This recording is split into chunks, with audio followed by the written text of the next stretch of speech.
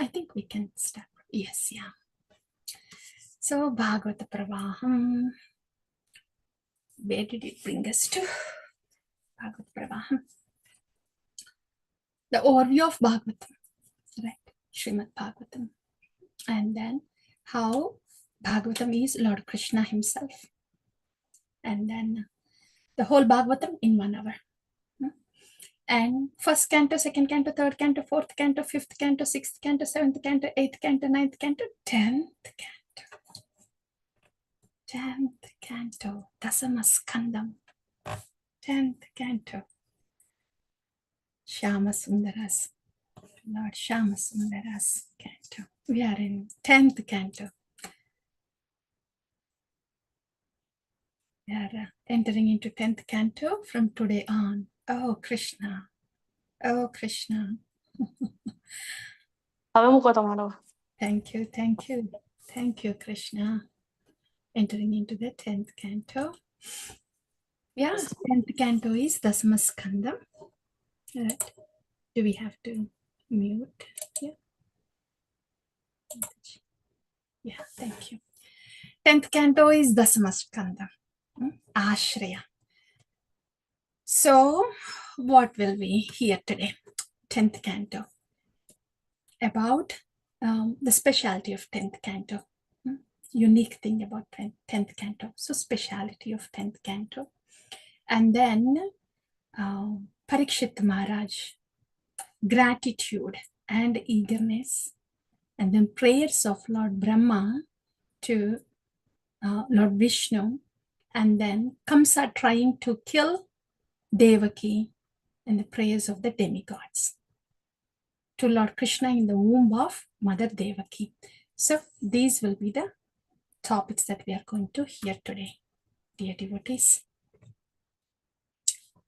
So 10th canto, specialty of 10th canto.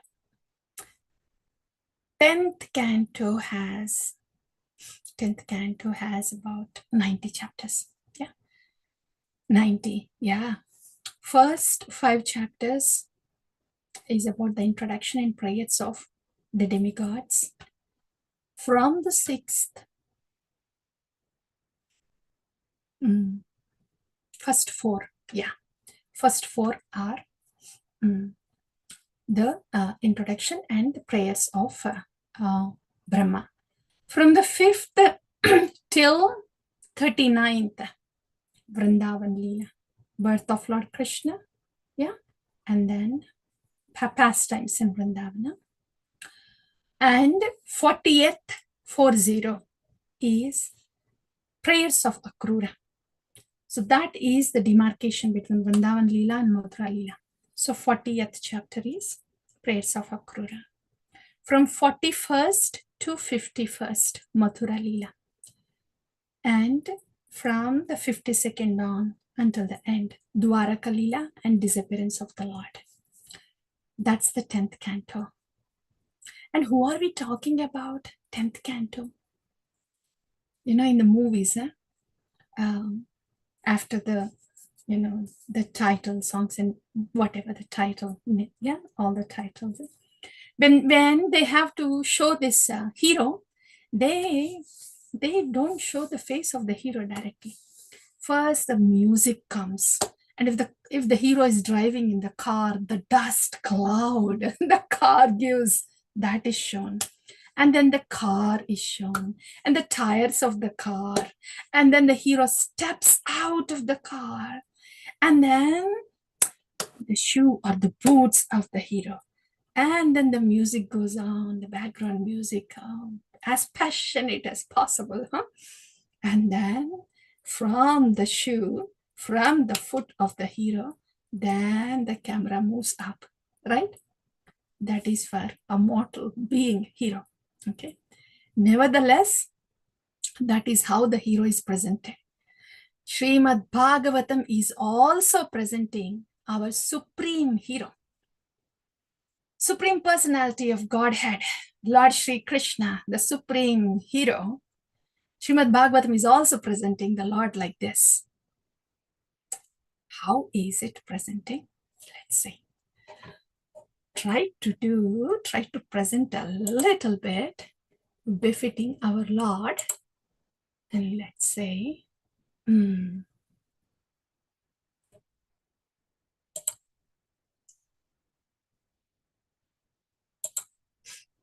okay, I'm trying to take you right to the screen, and I hope I can do it. Yeah, a little clip to present our supreme hero. You did not see anything till now, dear devotees. Now you're going to see the hero.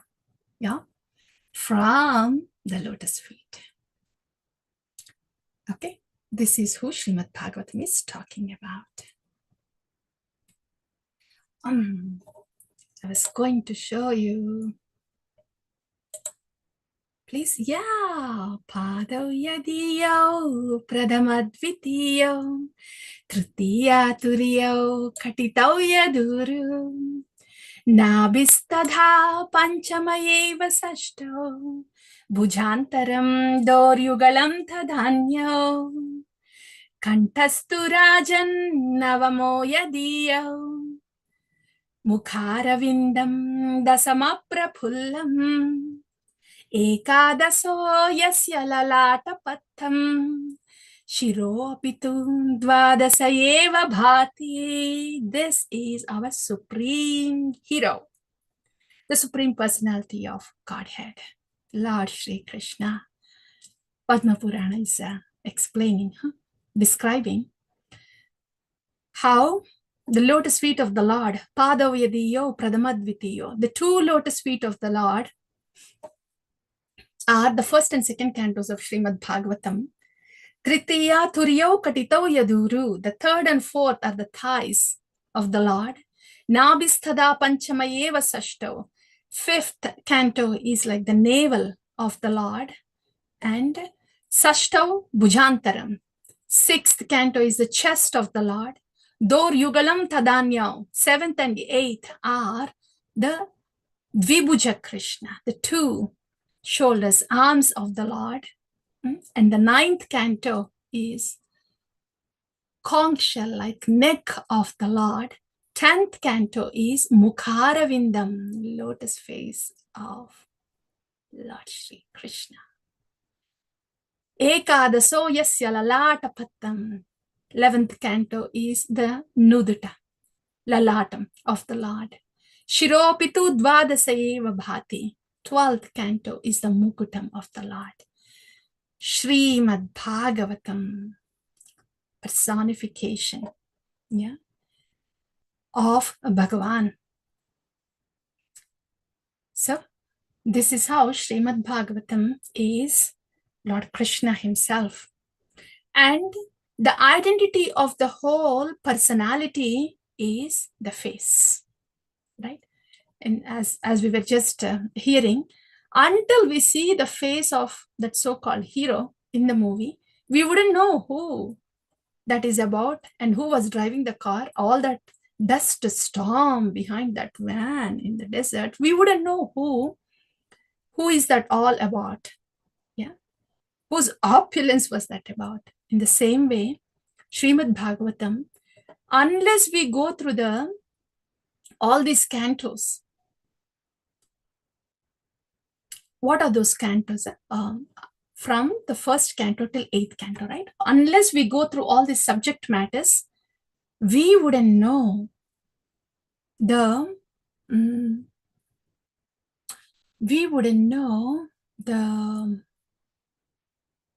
extraordinary transcendental position of the Lord. So far we have heard about how Srimad Bhagavatam is Lord Krishna himself, and Srimad Bhagavatam is actually speaking about this personality of Godhead, Lord Shri Krishna, whose face is compared, the 10th canto is compared to the face of the Lord.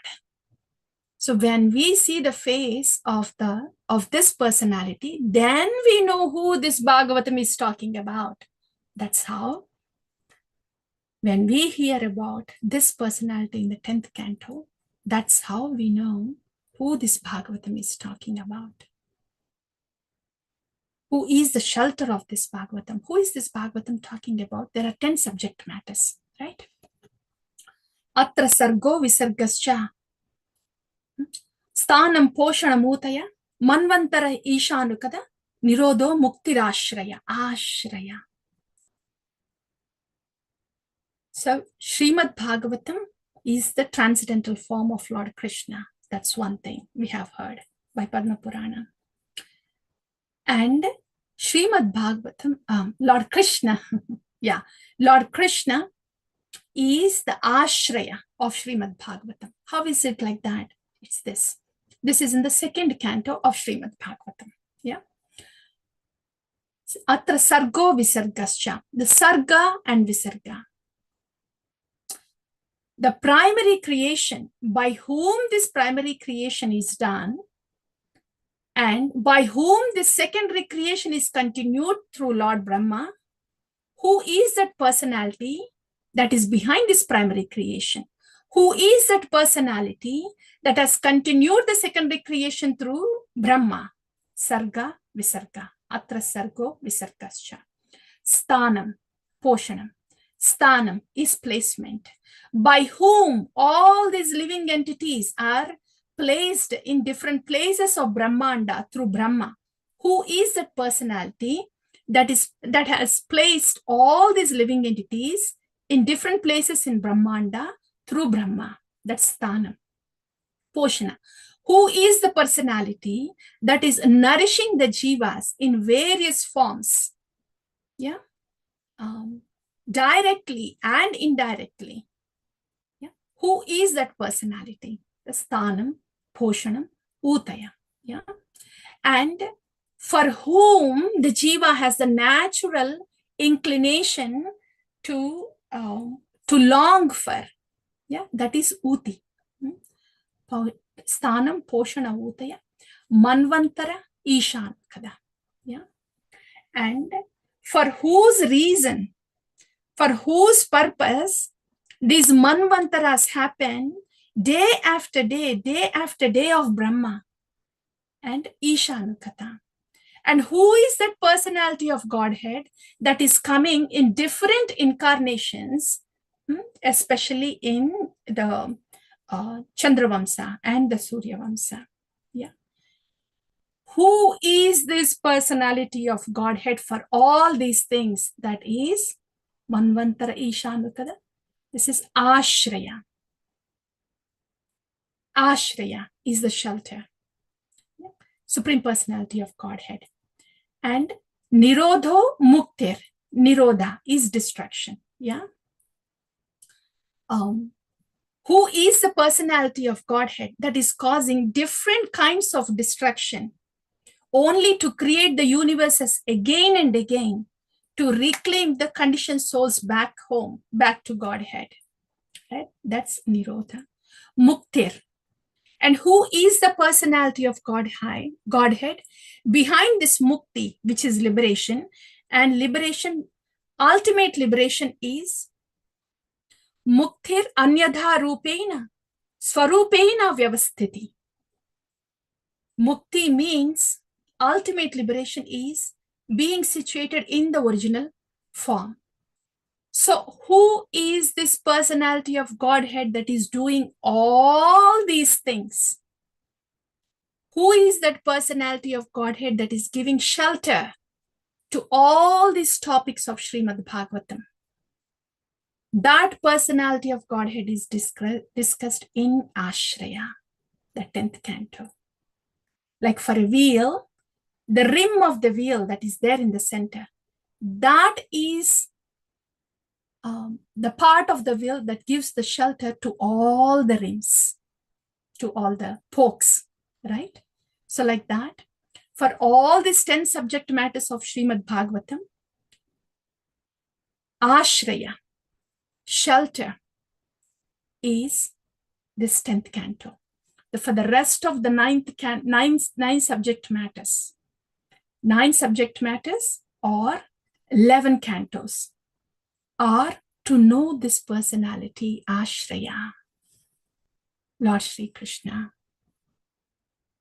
So that is 10th canto of Srimad Bhagavatam. Then one can say, why can't this hero be just presented in the very first canto? Do we have to wait until this long?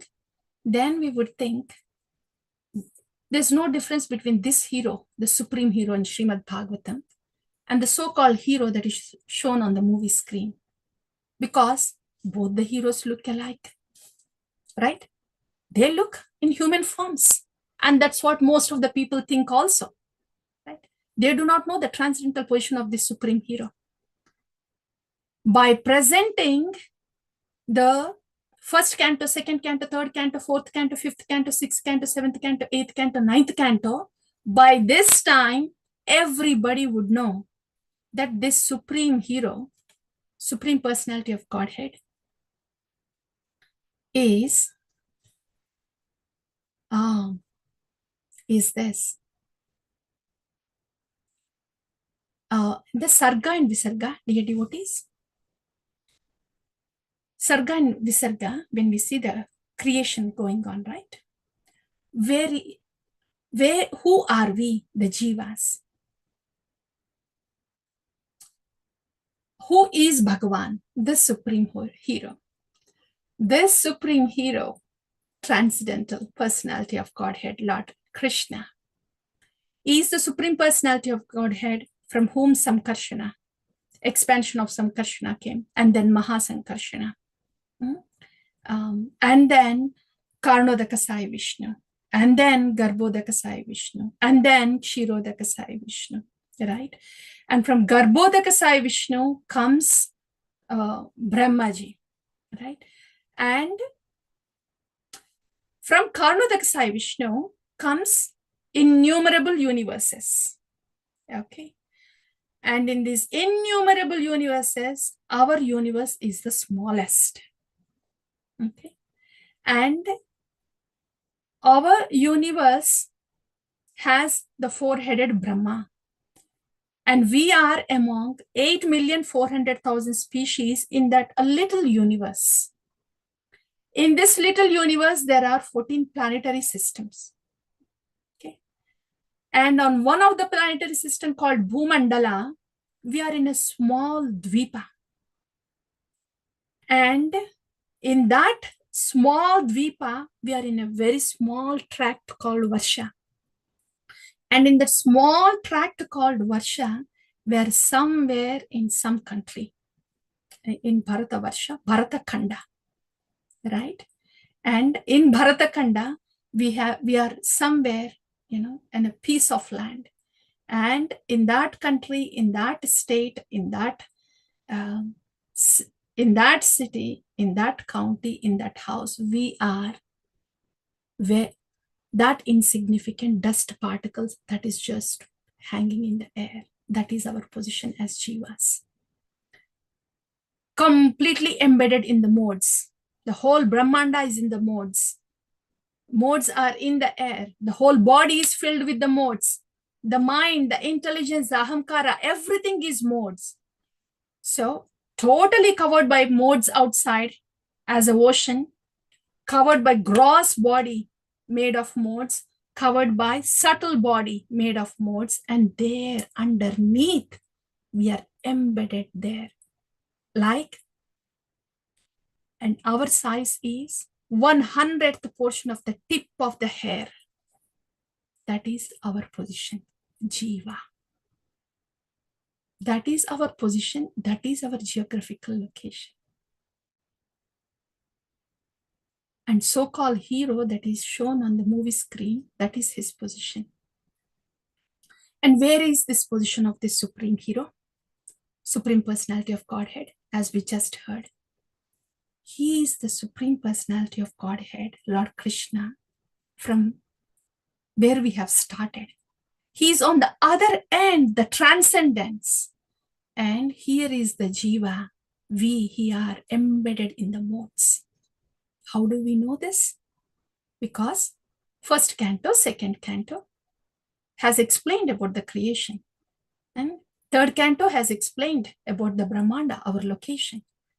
And the fourth canto, Atra Sargo Visargascha, Sthanam Poshana. Poshana has explained that without this Supreme Personality of Godhead, the Poshana of this Supreme Hero, we wouldn't get any information about the spiritual realm, and we will not be able to come out of this modes. Sthanam Poshana. Utaya. Utaya is our inclination, right? Manvantara Ishanukada. By all this knowledge that is given from the first canto till the ninth canto, we have realized what our position is very clearly. And we have seen how glorious and transcendental the position of the Supreme Personality of Godhead. Now we know this Supreme Hero, Supreme Personality of Godhead, looks like a human being, is in the human form, but he is Sat Chit Ananda Vigraha. While the mortal beings are Asat, the mortal body is Asat, and Nirananda. Asat and Nirananda. So that is the mortal frame. For us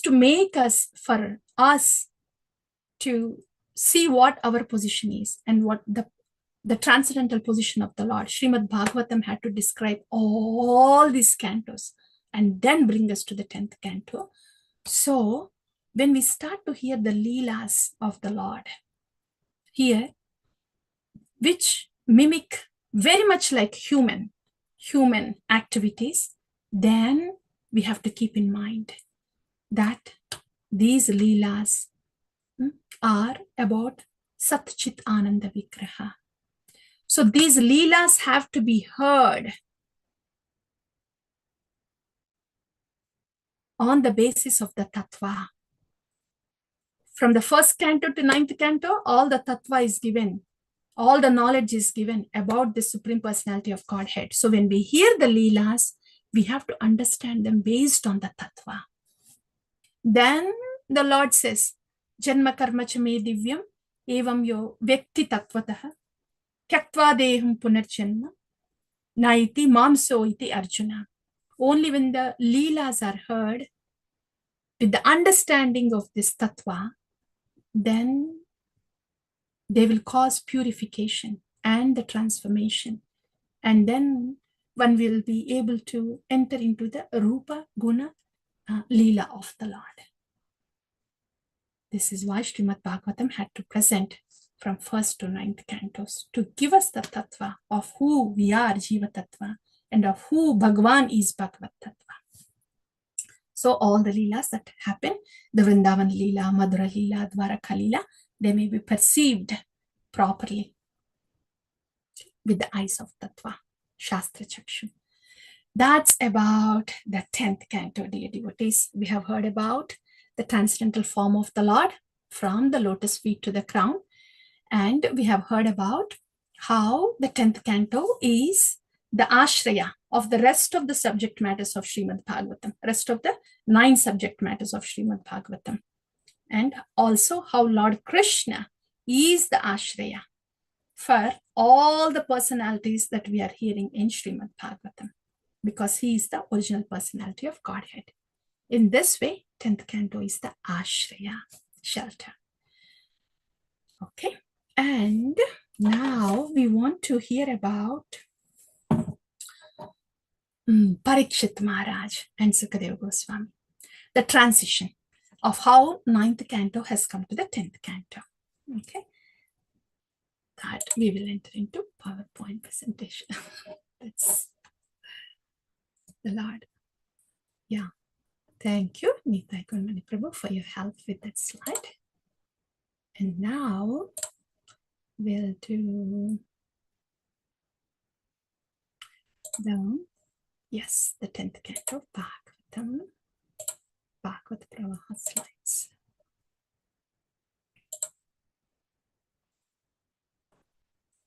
Transition of 9th canto to 10th canto.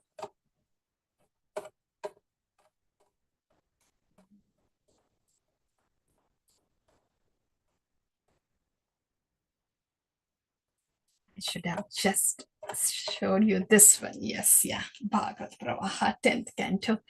Dear devotees, you see this slide? So very different from the slides so far.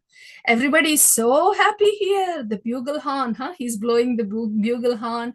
The birds are so happy, colorful, chirping. The cows are happy. Cowherd boys are happy. Look who is here. Krishna Balaram. Well, we are in Vrindavan. We are in Vrindavan. Yeah, 10th Canto. So, and here is Parikshit Maharaj, dear devotees. He's asking this question to Sukadeva Goswami. After finishing the 9th Canto, after completing the 9th Canto, Parikshit Maharaj was asking Sukadeva Goswami, you have quickly finished the 9th Canto and you said a little bit, only a little bit about the Lord, Lord Krishna. Yeah. But would you please elaborate? And he has a set of questions of how much he wants to hear about Lord Krishna. He's like, would you please elaborate on the character, on the activities of Lord Krishna from the very beginning till the end? And Parikshit Maharaj, he's asking specifically about Lord Krishna. Yaduvamsa, and then the Moon dynasty, many kings have come, right? But he's specifically asking to please elaborate on Lord Krishna and his Balarama, right? So why he's asking for elaboration on Krishna Katha? That Parikshit Maharaj is saying, Nivritta Tarshay Rupagiyamanat Bhavaushada Shrotra Manobhiramat Ka Uttama Shloka Gunanuvadat Puman Virajyeta Vinapa Sugnat. Dear devotees, Krishna Katha, Nivritta Tarshay Rupagiyamanat. This Krishna Katha, Bhavaushada Shrotra Manobhiramat. Krishna Katha has two effects, dear devotees.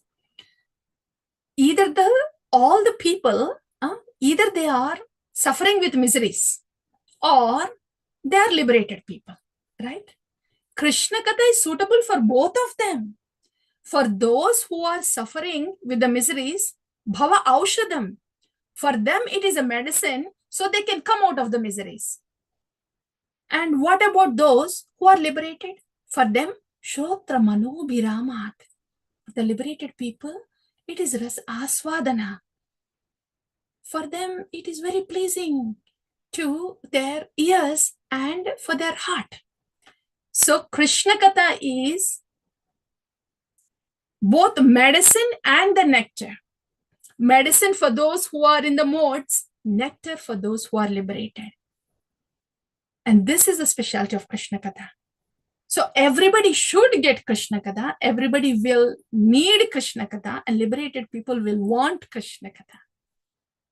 And that's why Parikshit Maharaj is saying, Ka uttama shloka gunanuvadat puman virajyeta vina pashugnat. Who will not hear about this gunanuvada of uttama shloka of Lord Krishna?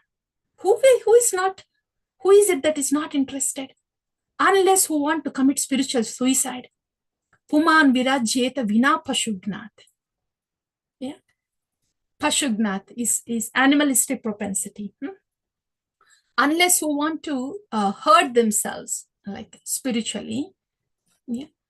Then, other than that, what good reason one would have not to hear Krishna Katha? So there is every reason to hear Krishna Katha. Whether we are in miseries or liberated. That's one thing. And that is about the speciality of Krishna Katha. Effect of the Krishna Katha. Second thing is, so we have finished the first topic so far. The speciality of 10th Canto of Srimad Bhagavatam. And now we are in Parikshit Maharaj's gratitude and enthusiasm. So the gratitude of Parikshit Maharaj now. So Parikshit Maharaj is saying, Lord Krishna, I want to hear more about Krishna because he's my grandfather, Arjuna. He took shelter of lotus feet of Lord Krishna and crossed the ocean of Kurukshetra with Bhishma and others. So the ocean of Kurukshetra was filled, the Kuru army on the other side, that was filled with great sharks and whales. And here on this side are Pandavas. And they were not really befitting to the strength of the other side. The army was also big, and the strength of the people on the other side was also big. But still, my grandfather Arjuna took shelter of the lotus feet of Krishna and was able to safely cross over the ocean of Kurukshetra. Would you please tell me about that Krishna who has given shelter to my grandfather? And also, when I was in the womb of my mother, yeah, my mother prayed, and the Lord personally came and protected me from Brahmastra. Yeah, would you please tell me about my dear Lord who has protected me from Brahmastra? I would like to hear more. More, please. And that gratitude, dear devotees, Parikshit Maharaj is asking like this he's wanting to hear more about Lord Krishna. And for us, the Lord, the closest form of the Lord that is with us, the Nama that is given to us, that very Nama, the Lord in the heart is in the Nama, Namarup, Nama Chintamani Krishna Chaitanya Rasa Vigraha, the Nama that is given to us. When we hold the bead back, when we put on our head and to our heart, do we feel this way? Oh, this is my Lord. That is my Savior. Has been coming with me in all lives and is with me and will not leave me. This is the Lord. This is the name of the Lord that I'm going to chant now. And this is the mercy. This is His mercy that is allowing me to take His Nama. I want to chant the names of the Lord, who is my dear Savior, who has been saving me. Rakshisati Vishwaso, Goptatve Varanam Tada. Yeah, that's what Parikshit Maharaj is teaching us. And then, so there was the gratitude of Parikshit Maharaj. And now, enthusiasm, like, I want to know about my Lord and Savior who has protected my family. So please, now, would you please tell me about how Krishna was transferred to, how Krishna was born from the womb of Mother Devaki? How was he transferred to Vrindavana? What pastimes did take place? And then he went to Mathura? What happened in Mathura? And after that, I have heard that he got married to so many queens. He married so many queens. And then he was in Dwaraka. What happened in Dwaraka? And please elaborate in detail also what happened before his disappearance. By the way, Balarama also, why was he transferred from the womb of Mother Devaki to Rohini? So all these enthusiastic questions from Parikshit Maharaj. He wants to know about his Lord who has protected him. Those are the enthusiastic questions. And after that, he asking all these questions, he says, oh, Guru Varya, Sukadev Goswami, I just asked whatever I could think of. And you please answer whatever is appropriate. And also, if there is something that I did not ask and I do not know, but I need to know, would you please tell me about that also? Sukadev Goswami teaching us again. So far, he has taught about the Mamata, my Lord, that gratitude. And now he's teaching.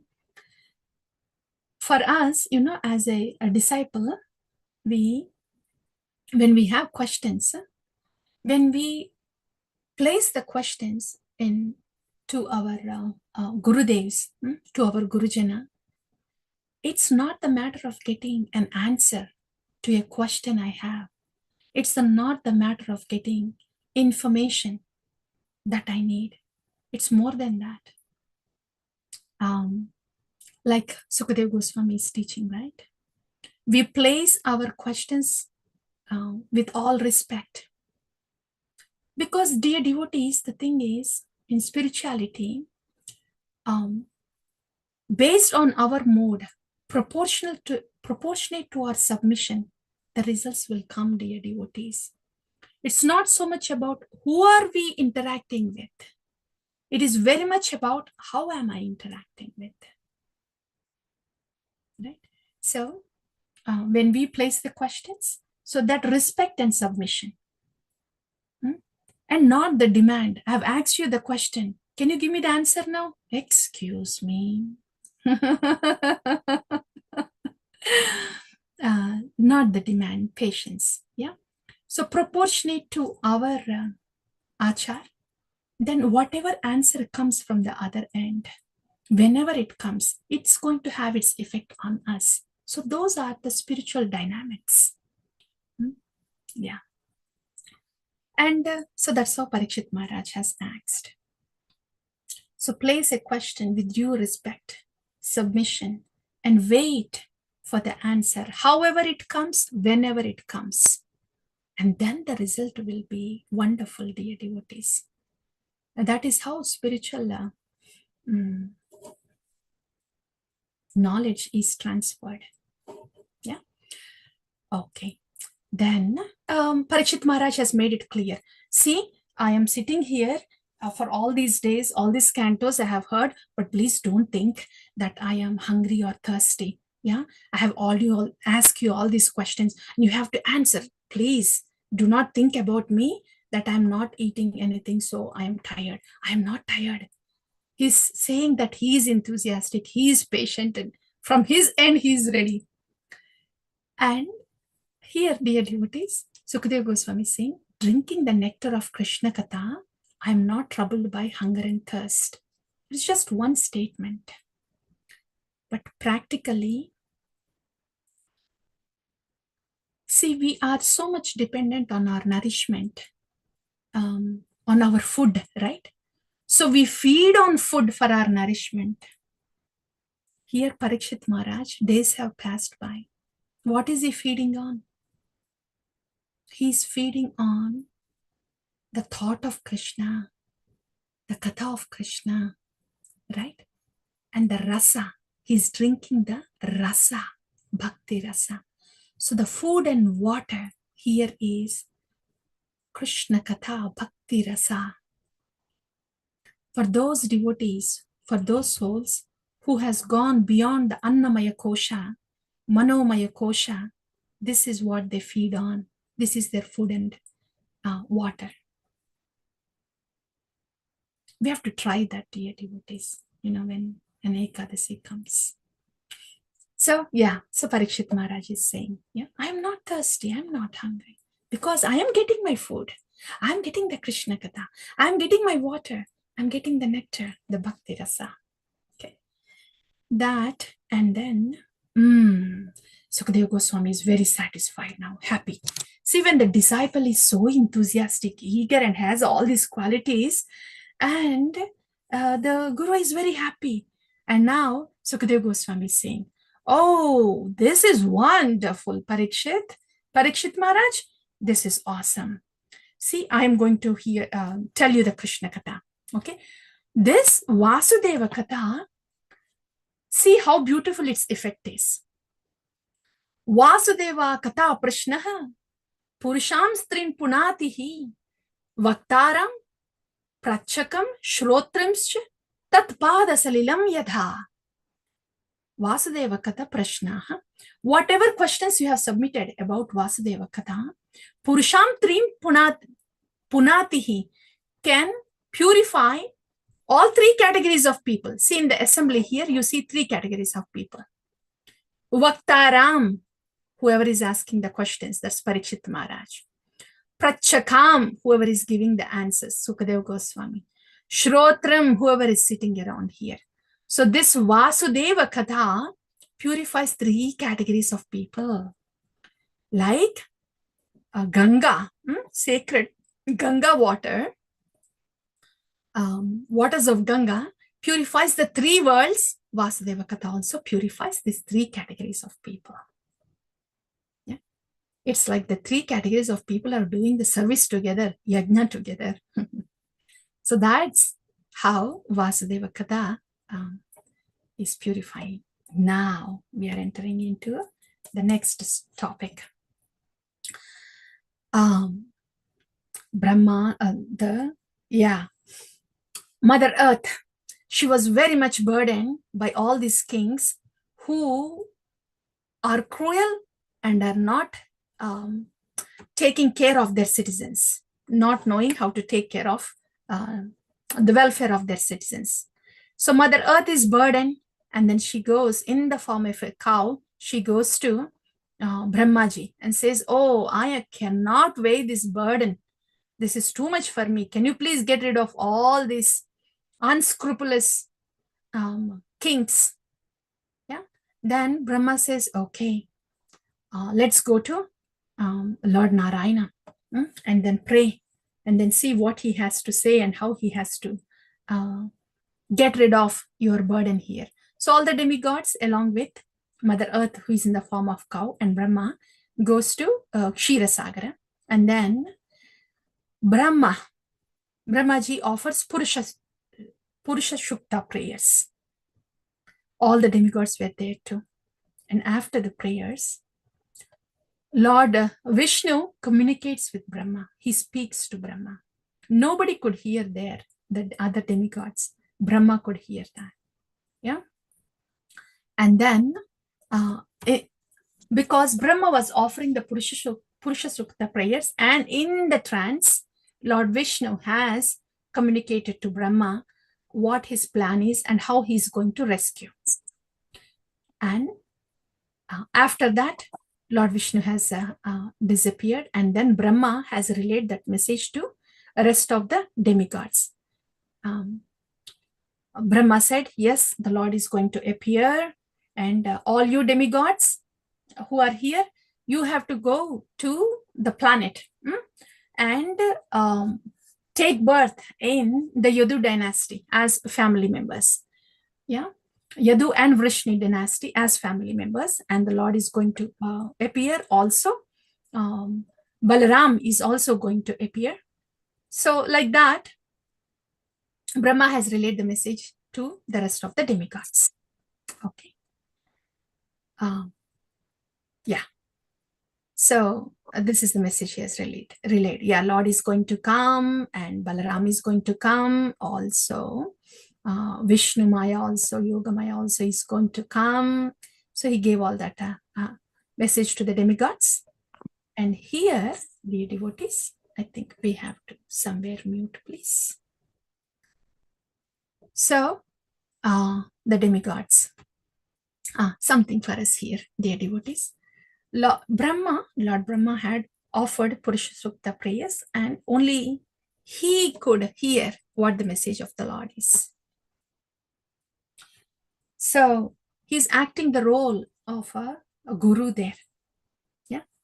So we would not be knowing directly what the plan of the Lord is. And whoever has the total submission, right, Lord Shri Guru, they would be conveying the message for us of what our service is, right? From the Bhagavan. So Shri Guru is the internal potency of Bhagavan, Bhagavat Tattva, right? So we would not be knowing, and we cannot be speculating, but we would receive the message through the Vaya media, that is Guru Tattva. Okay, so all the demigods, they got the message. Yes, they got ready, and yes, they are getting ready to be born in the Vrishni and Yadu dynasty. And now comes the next topic. Here comes Devaki and Vasudeva. Vasudeva, not Vasudeva. Is Krishna, right? Vasudeva. So Devaki and Vasudeva, they got married, and Kamsa is riding them in the chariot. Is thinking, oh, my dear sister, she got married. Yes, I'm happy. I'm bringing her home. Okay. Devaki is sent home, and Kamsa is riding the chariot. And as all of you know, Akashvani says, hey, Kamsa, you fool. Eighth son of Devaki is going to be your Mrityu. He's going to kill you.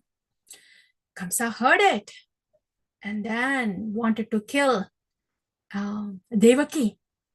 Yeah, immediately wanted to kill Devaki. And then Vasudeva, he tries to stop Kamsa. First of all, he says, hey, Kamsa, no, this is your sister. And what would happen to your fame? You're killing a woman. And that talk did not appeal to Kamsa. Yeah, that is Sama and Sama Bheda. And then he says, see, if you kill like this, then there will be quarrel between the families too.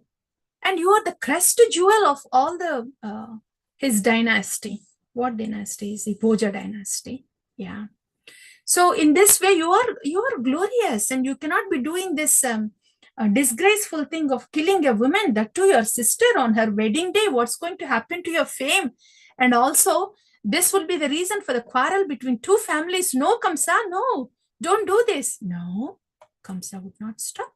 He's still angry, want to kill Devaki. Then Vasudeva, he brings in the third argument. He says, no, Kamsa, see, if that doesn't appeal to you, how about this? See, we are souls, right? These bodies, we have to leave these bodies anyway. Jatasya,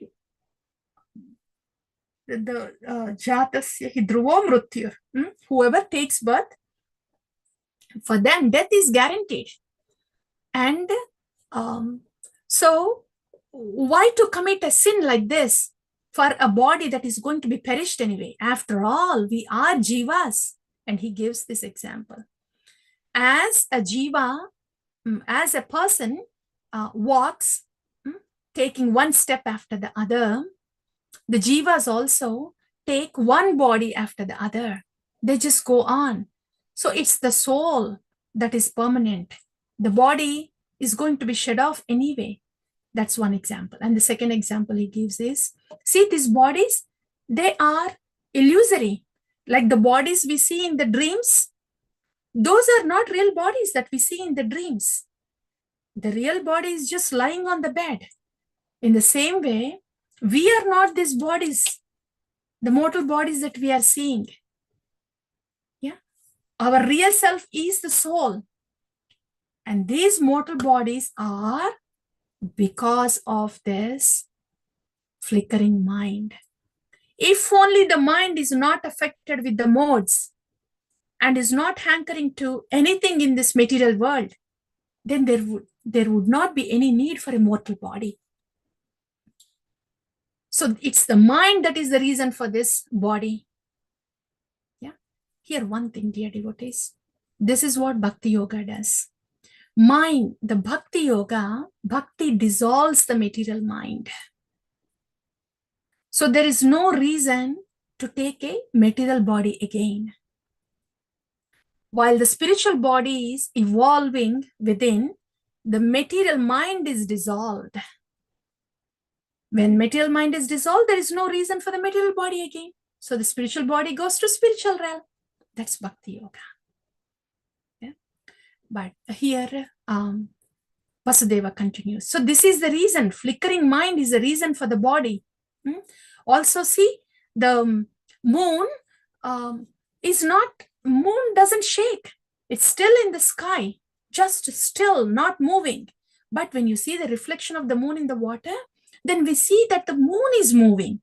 So it depends upon when you're seeing If you are seeing the moon in the water, it looks like it's moving. Yeah. But if you see the moon in the sky, it doesn't move. So we are actually like the moon in the sky. We are souls. These are mortal bodies. So these mortal bodies will be shed off anyway. So you don't be disturbed with that fact and cause a sin of killing a woman now. So like this, Vasudeva, he gives all these arguments, but still Kamsa is determined to kill Devaki. Until then, he was like, oh, my beloved sister. Then when he heard this is Mrityu is going to come, finish. Human relationships are like that. They can change anytime. Because they're all very much body-centered, mind-centered, not soul-centered or Krishna-centered. So that's why they change. Anything that is not Krishna-centered will change. So, and then Vasudeva has to say, okay, Kamsa, now you please don't kill her. I am, see, your death is in the hands of her son, right? So I'm going to bring all the sons, all our sons that are born, I will come and give them to you all. It's not Devaki that is going to kill you. It's her son. So don't kill Devaki. I will bring all the sons to you. You can kill them. You can do whatever you want to. But now, don't kill Devaki. That thing, Kamsa agreed with that. Yeah. And yeah, Kamsa agreed, and Devaki and Vasudeva, first child was born. And Vasudeva brought first child to Kamsa, and Kamsa was surprised. Vasudeva, he is really keeping his promise. Truthful. Kamsa said, okay, I am really impressed with your truthfulness. It's not the first child anyway that's going to kill me. So you can take away. You can take this child. Just give me the 8th child. So after Vasudeva comes back with the child, he's still suspicious. Vasudeva is thinking, his thinking is demoniac. He can change his mind. Demonic people can change their mind anytime. He was thinking like that. Meanwhile, Narada comes there and says, hey, Kamsa, you are thinking you would kill the 8th child, right? But how do you know it's the 8th child? How do you know the child that is brought to you is the 8th one? And he gives an example. Say if there is a lotus flower, the whorl of the flower, how do you know first is first and 8th is 8th? It depends upon where you count. So he talks like that. It depends upon where you count. And then Kamsa says, oh, then I should kill every child. Okay. Since with that reason, Kamsa kills all the 6 children. Yeah, 6 children of Devaki. And we wonder why the reason like that. Why did Narada come? Why did he say that? And the 6 sons of Devaki, 7, right? 7th is Balaram. The 6 sons, they were killed by Kamsa. Who are they? Why did Narada Muni say that? There's the story behind this is Kamsa is, in his previous life, he was Kalanemi. And he cursed his own sons that he will be killed, that those sons. So he had sons as Kalanemi. He had 6 sons. And these 6 sons, they did tapasya and pleased Brahma. And Brahma was very pleased. But his father, Kalanemi, was very displeased. He said, you were supposed to please me. I am your father. But why did you do tapasya for Brahma? So I am angry with you. And so I am cursing you that you will be killed by your father in your next birth. So in this birth, Kamsa is Kalanemi. In his previous birth, Kamsa was Kalanemi. And the 6 sons are his own sons. They are born through the womb of Mother Devaki, but in the previous verse, their 6 sons are his own sons. In this way, the 6 sons were killed. Okay, and now the 7th son. Seventh son, Balarama. Yeah, Ananta. He entered into the womb of Mother Devaki. So, after the 6 sons were killed, then Lord Krishna, he summoned Yogamaya, and she said, okay, Balarama is going to be born. Balarama is going to be born to Mother Devaki, and he needs to be transferred to the womb of Mother Rohini. Yeah. And Yogamaya, you please take birth as the daughter of Yashoda, and I will enter into the womb of Mother Devaki as his 8th son. So Lord Krishna, he instructs, and then Yogamaya, she performs accordingly. Balarama comes into the womb of Mother Devaki first. So Vasudeva has a wife, Devaki. There are many wives of Vasudeva because he's a Kshatriya. Devaki and Rohini, they are also wives.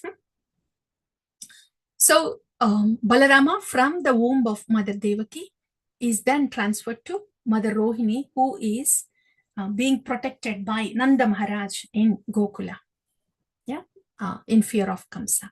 So in this way, 7th son, Sankarshana, Balarama, was transferred from womb of Mother Devaki to Mother Rohini. So Kamsa got the news that the 7th child was aborted. Yeah, but the actual fact was Balarama was transferred to Mother Rohini. Dear devotees, here, before the appearance of the Lord,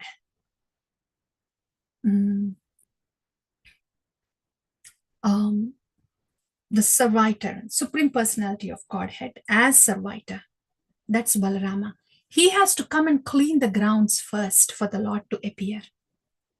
And that's why he has hala, plow, to weed off and to clean the ground for the appearance of the Lord there. That's why Balram Jayanti comes first, and then after it is cleansed, and then Janmashtami comes.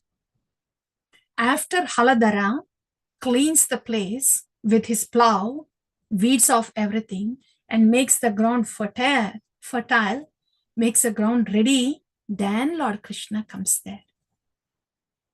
After the Guru, Balarama, Sankarshana Guru, yeah, weeds off all the unwanted things from the heart of the devotee, from the heart of the disciples, weeds off all the unwanted things, that is anartha nivritti, and makes the ground steady, makes the ground of the heart steady and strong in Nishtha, and then gets it more softer ruchi. That's when the Lord comes and sits there in the heart.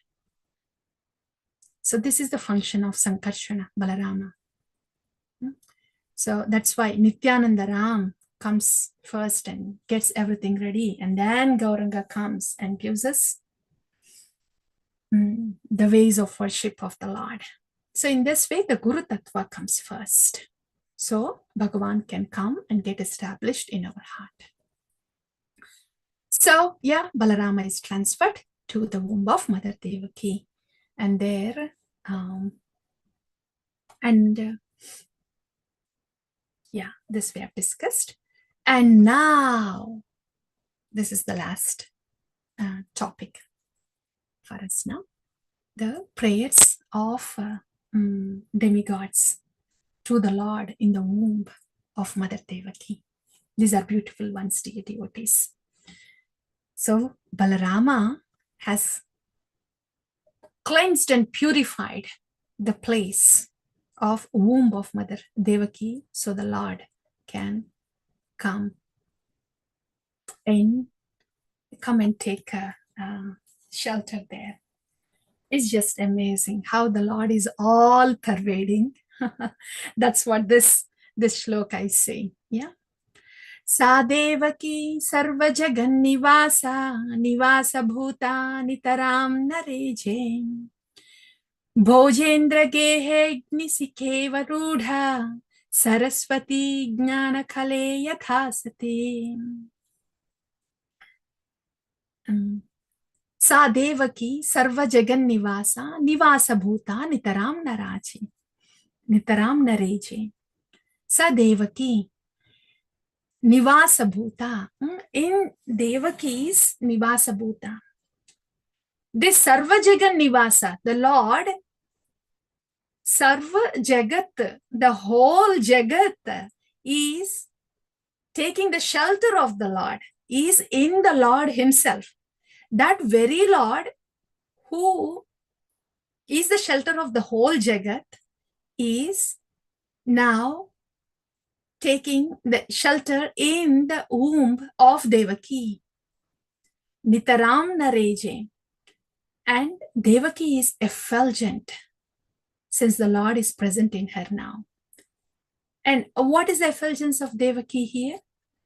Bhojendra gehe. Bhojendra is here Kamsa, the king in the Bhoja dynasty, Gehe in his house, Bhojendra Gehe, Agni Sikhevaruda, like the fire that is covered by the smoke.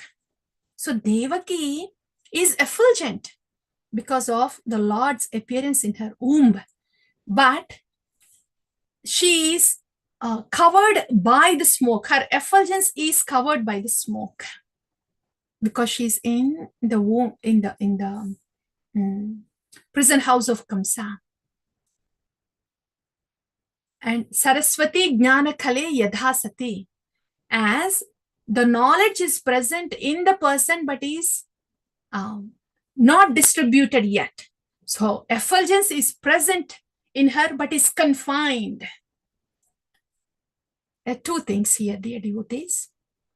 The devotee is effulgent when devotee is effulgent. You know, Parikshit Maharaj says, right?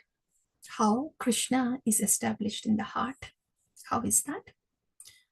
Shrinvata Shraddaya Nityam Granatascha Swacheshtitam Kalena Nati Dirkena Bhagavan Vishate Hridye. How Bhagavan is established in the heart when there is submissive hearing, contemplation, and Nityam at all times. Hearing is so much that the contemplation is coming out into the practice. When that kind of submissive hearing, Sharanagata Shravana is happening, then Kalena Nati Dirgena Bhagavan Vishate Hriti. The Lord will be established in the heart. So like that, when that is happening, then the Vaishnava qualities will be very obvious. The devotees are effulgent. Yeah, like that. And here, Prabhupada, Srila Prabhupada in his purport says, especially mentioning about Saraswati Jnana Kale Yathasati, that a person who has this transcendental knowledge should share with others. Knowledge that is not shared is like fire surrounded by smoke. So the knowledge should be shared. This Krishna conscious knowledge should be shared. Srila Prabhupada says that in the purport. Yeah. So we have to walk right in the effulgence first, right? And then we can help others also to walk in that effulgence. In other words, with the knowledge that is given to us, we have to show it in our achar as we try to do the prachar. Then the prachar will be more complete and more efficient, right? Yes. And so Devaki has become effulgent, and Kamsa is thinking, oh, Devaki is looking so effulgent, even more beautiful than usual. Maybe Krishna is in her womb. Maybe I should just go kill her now. But somehow he says, oh, no, that's fine. I cannot kill her. She's pregnant and she's a sister. What will people think of me? I might go to hell. So yes, let me just wait for the news that the child is born, and then I'll kill the child. That's what Kamsa is thinking. And meanwhile, dear devotees, these are the last 4 slokas for us today. Beautiful slokas. Yeah. This is Garbhastuti, famous Garbhastuti slokas. How demigods came to Mother Devaki, to that prison house and offered their slokas, prayers. Yeah.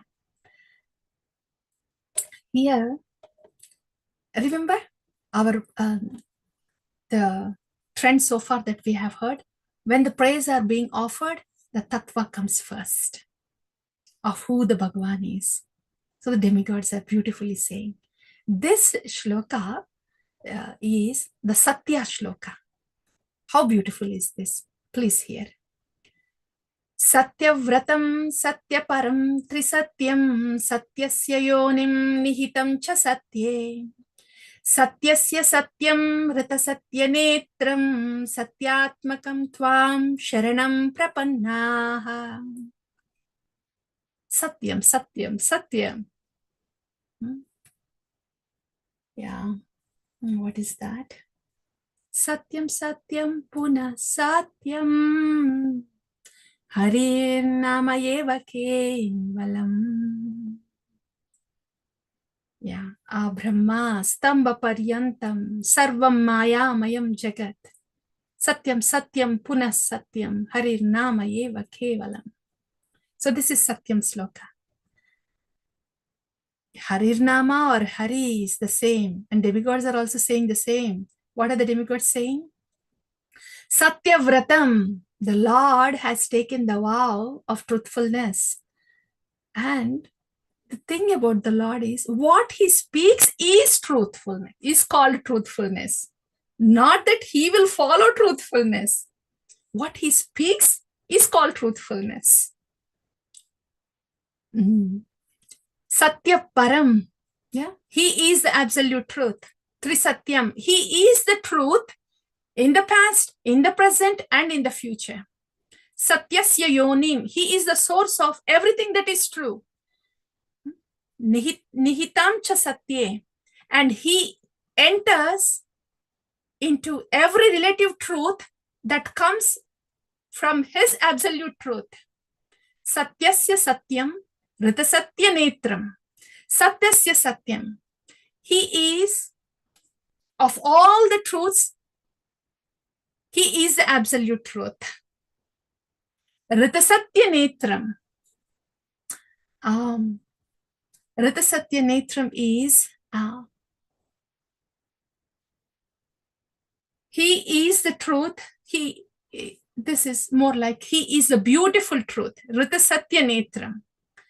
And satyatmakam. He is the personification of truth because Sat Chit Ananda. The Sat, eternity is the truth. The Chit, element of his is the truth. And Ananda, element of him is the truth. And Vigraha, the personal form of his quality is also truth. So Satyatmakam, everything, every component of him is the truth. Tvam Sharanam Prapannaha. We are taking shelter of that absolute truth.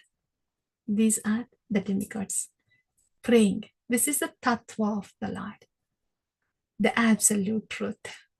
How beautifully they have described the Satya shloka. So this Satyam, absolute truth, is just Brahman. Yeah. And now the following prayer says, and this prayer is a mystic boat shloka. This Satya shloka, and this is a mystic boat shloka. So after demigods have defined the characteristic, the tattva of the Lord, that he is the absolute truth, now they're saying, Tvayi ambujaksha kila satvadhamni samadhina veshita chetasaikem tvatpadapotena mahatkritena kurvanti Govastapadam bhavadbhim. This satya, yeah, this absolute reality. Tvai ambujakshila satvadhamni. O ambujakshakila satvadhamni. Ambuja aksha akila satvadhamni. O lotus-eyed Lord, akila satvadhamni. The absolute truth, who has the lotus eyes, samadhina aveshita chetasaika. Whoever is absorbed in the samadhi, they will be able to see that this absolute truth has lotus eyes. The lotus-eyed absolute truth is seen in samadhi. And tvat pada potena mahatkritena, the lotus feet of this absolute truth. Tvat pada potena mahatkritena. They are like boat. The lotus feet of this absolute truth are like boat. And this boat can cross over the material ocean. That's one quality. Tvat pada potena mahatkritena. Tvat pada potena. The lotus feet will become potena, boat, mahatkritena, that can cross over the material ocean. That's one quality of this mystic boat of the lotus feet of the Lord, dear devotees, that can cross over the material ocean. Yeah. And the second one is kurvanti govashta padam bhavadbhim. That material ocean becomes like few drops that fit in the hoof prints of a calf, not even cow. Where is the material ocean that is immeasurable? And where are the few drops in the hoof prints of a calf that can be contained? Do we really need a boat to cross over the hoof print of a calf? Not really. This is the mystic boat. Once we are placed in this mystic boat, when somebody steps in this mystic boat, yes, they can cross over the material ocean, but the material ocean itself shrinks into few drops that you don't even need the boat. You can just walk to Krishna. That's the mystic boat of the lotus feet of Lord Hari. Yeah. This is beautiful that they have said what the absolute reality is. And then they're saying this absolute reality has this lotus feet and this is a mystic boat. And after that, very beautiful, dear devotees, they're saying how Swayam Samuttirya Sudustaram Dyuman, O Lord, Swayam Samuttirya Sudushtaram, and Bhavarnavam Bhimam Adhapra Sauhurdaha. So the devotees of the Lord, Swayam, them Samuttirya Sudushtaram, they cross over. Whoever is taking shelter of this lotus feet of Lord, yeah, Samuttirya Sudushtaram, they cross over this insurmountable ocean of modes. Bhavarnavam, again, Bhavarnavam is, Sudushtaram is Samuttirya and Sudushtaram. Those are the adjectives of the material ocean. And Bhavarnavam, Bhava, Arnavam. Arnavam is actually ocean. Bhava is modes. Yeah. Bhimam. Bhimam is, again, these are all the adjectives to describe how big the material ocean is.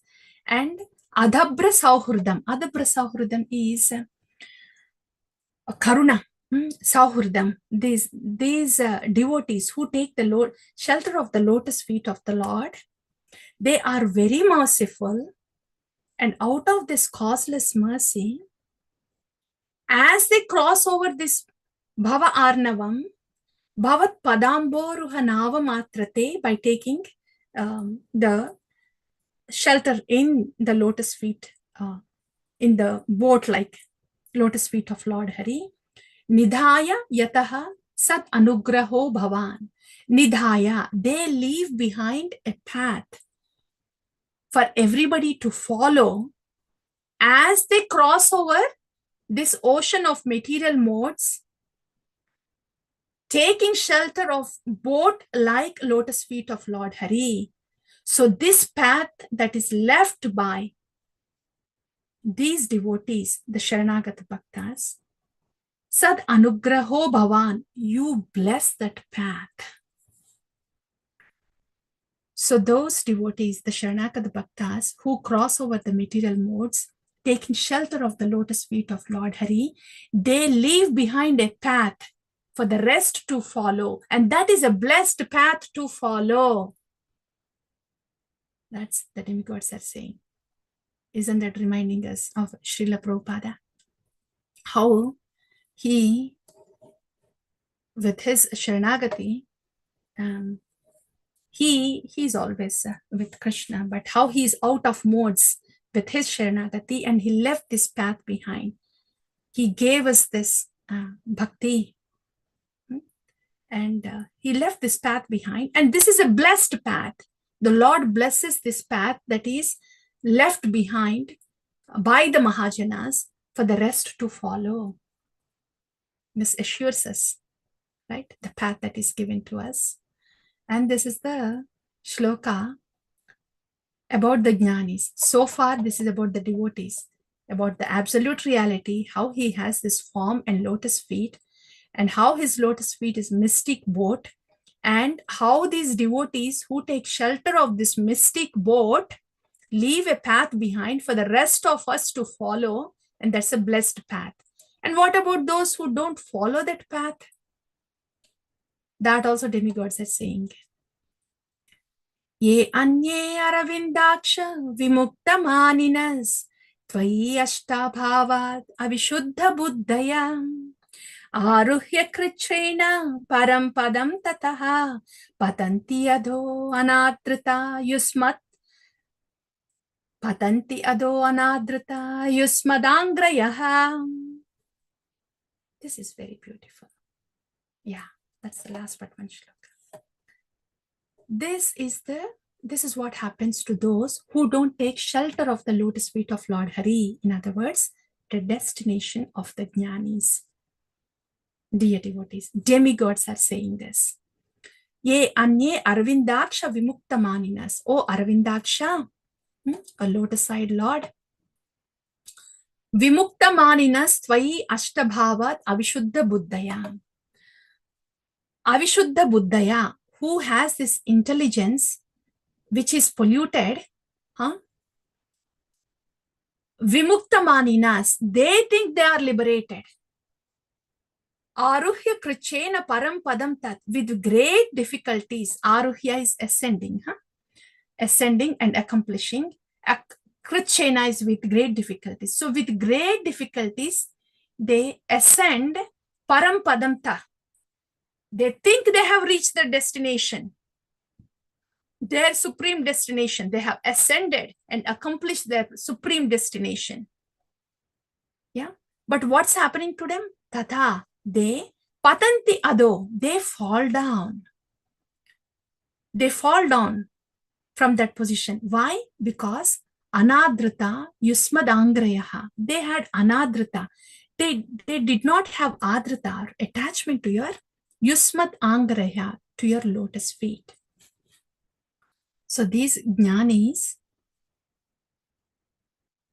they think they are liberated by their own efforts and have reached to the summit, but they fall down to the modes because they have not taken shelter of your lotus feet. These are the demigods say. Yeah. So that's the destination of the jnanis. Though they ascend, though they think they are liberated, they will still be pulled towards the modes because they are not anchored to the lotus feet of Lord Hari, because they don't believe in the form of the Lord and the lotus feet. In other words, they do not have the servitude to the form of the Lord. When there is no servitude to the form of the Lord, then one is pulled by the modes. That's the essence. And this is the last one. Huh? Yeah, so in this way, demigods are saying, after they have said who the absolute reality is and the mystic boat, the lotus feet of the Lord that gives the shelter, and the devotees who take the shelter of the Lord, they leave behind a path for us to follow. And those who don't follow, they will have to fall down into the modes because they are not anchored to the lotus feet of Lord Hari.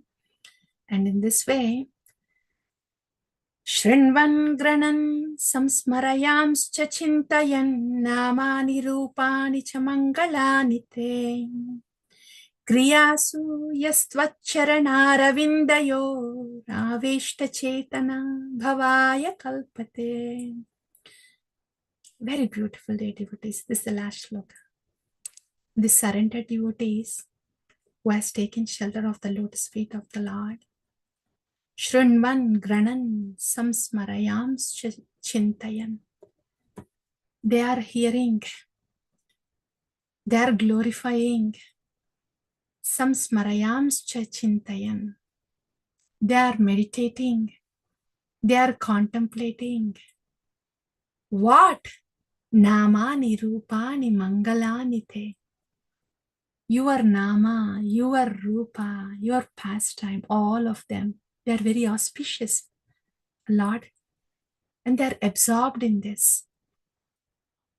In hearing this, in glorifying this, in contemplating and in meditating the Rupa, Guna, Leela of your auspicious form, O Lord.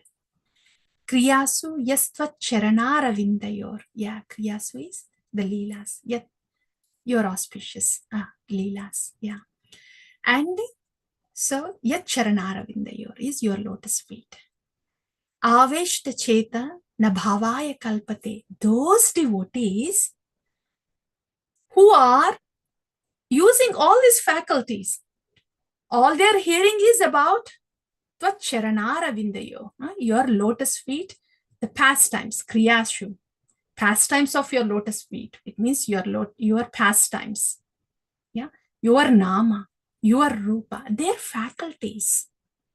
They're not so much aware of their functioning of the body, putting that aside, but their faculties, the mind, feeling, willing, thinking, intelligence, discrimination, all these inner faculties are totally absorbed in you, my Lord. Shrinvan Granan Samsmarayam Shachintayan. If these inner faculties are totally absorbed in you, Aveshta Cheta, the whole Chitta is absorbed in you. Na Bhavaya Kalpate. How are they in modes again? They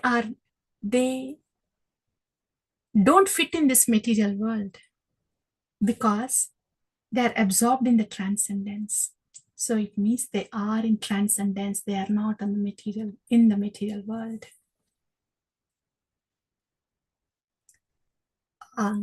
Does this remind you of this, dear devotees? After in the Guru Ashtakam, Chaturvija,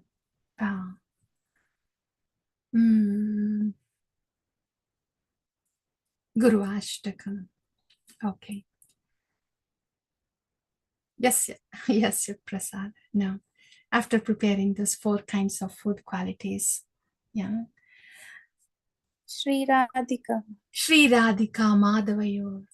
Why are you saying that? Sri Radhika Madhavayor. Let me say this. Guru Ashtakam. Give me a second to glorify them. Vande Guru Shri Charanaravinda. Yeah. Vande Guru Shri Charanaravinda. Shri Radhika Madhavayor Aparamadhurya Leela Gunarupa Namna Pratikshana Aswadana Lolupasya Vande Guru Shri Charanaravinda. This is the shloka. All the sheltered devotees Yeah. Shri Guru, who is absorbed in the Rupa Guna Leela of Radhika Madhava. They look like they are on the material plane with us, but they are not. Nabhavaya kalpate. They are not in the material plane. They are on the spiritual plane. So one day, Guru Shri Charana Aravindam, taking shelter of Shri Guru, who is in that spiritual plane, then we will be taken to spiritual plane too. Yeah. Yes, dear devotees, that's all for us now. And in the next session, we will hear more about the actual appearance of the Lord. Okay, so we will pack up now. So 10th canto. First, we have heard about the speciality of the 10th canto, how the whole Srimad Bhagavatam is Krishna's to Bhagavan Swayam, and 10th canto is the lotus face of Lord Krishna. So the identity of the Srimad Bhagavatam is given in 10th canto by showing us the lotus face of Lord Krishna. And second point was Ashraya, how this 10th canto is the shelter, Ashraya, of the rest of the subject matters, rest of the 9 subject matters of Srimad Bhagavatam, right? And how Lord Krishna is the Ashraya and is the very personality behind the scenes who has done this Sarga, Visarga, Sthanam, Poshana, Utaya, Manvantara, Ishanukada, Nirodha, Muktirashya. How Lord Krishna is the personality that is giving Ashraya. That also we have heard. So the 10th canto is the subject matter of Ashraya, and Lord Krishna is the personality of the Ashraya. Okay. And then we came to Parikshit Maharaj, right? How Parikshit Maharaj, his gratitude. Yeah. Can you please tell about the Lord that has saved me, my grandfather? That is Ma Mata, my Lord, who has saved me, my grandfather. Like that for us also. The Nama, the Harinama that is given to us is my Lord, that is given to me by my Gurudev. That is Mamata to the Lord, to the Guru Tattva. Yeah, that we have heard. And then how Parikshit Maharaj has eagerly placed all the questions, but also mentioned and there I'm just going to say the take-home points only. Yeah. So there our take-home point was to respectfully and submissively place the questions and patiently wait for the answer. Proportionate to our mood, the answer that comes to us is going to have its own effect. So what matters is how we are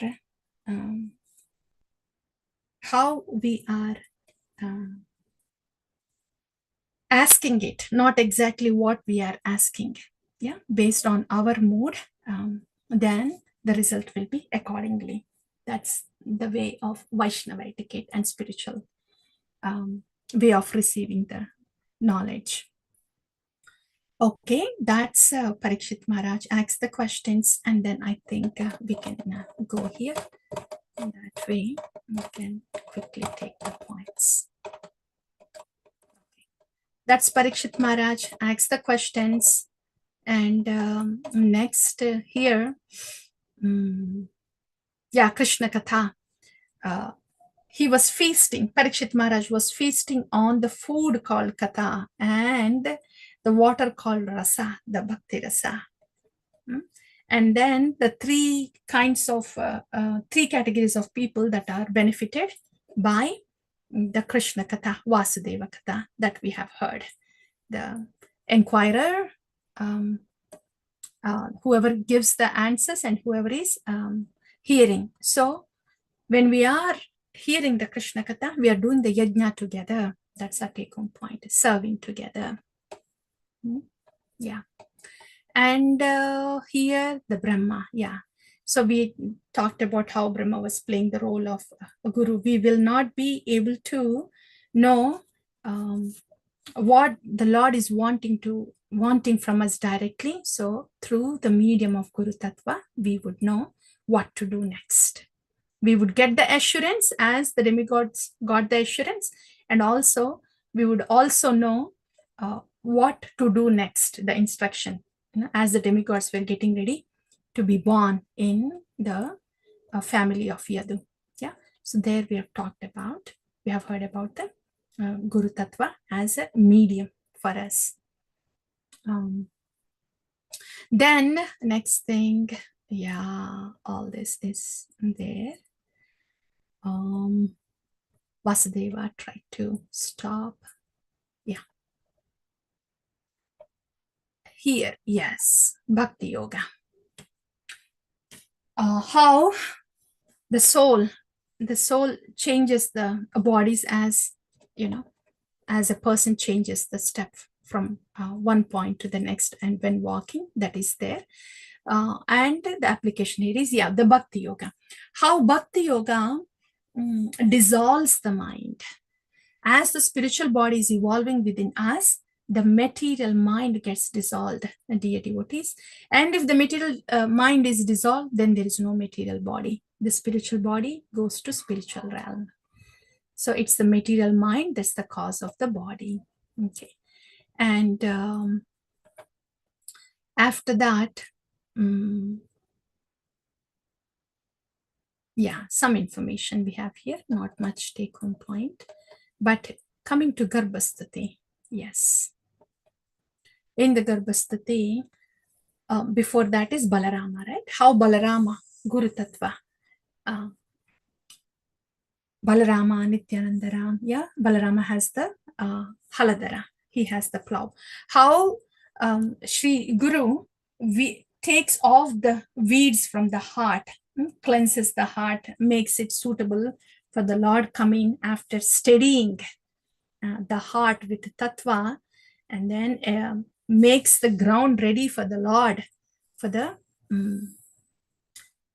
Ruchi. Yes. So how Guru Tattva gets our heart ready to receive the Lord, that we have heard. Balarama, Haladara, Nityanandaram, Guru Tattva, they all belong to the same category. And here we have heard about how the devotee becomes effulgent.